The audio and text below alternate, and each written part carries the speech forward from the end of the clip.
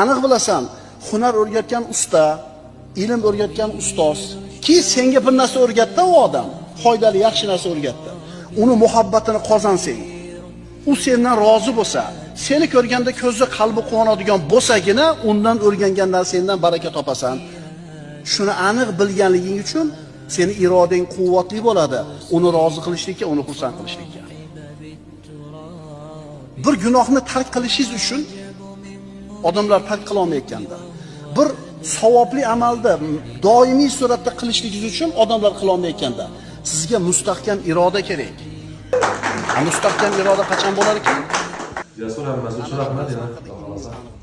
Agar ilmiy iroda bo'lsa, ana shu narsa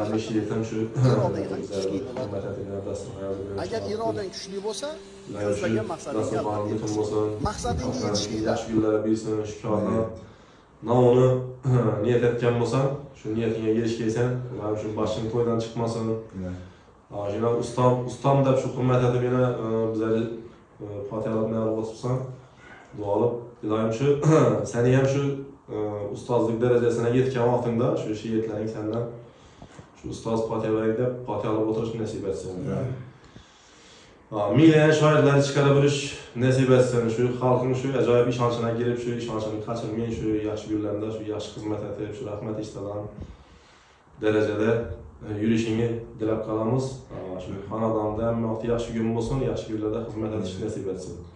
İşlerin gelişaversin, şu kuylar medetkar olsun, kollaсын, quvvatlaсын.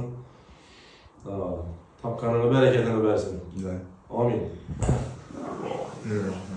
Selamat olun. Salamat olunlar.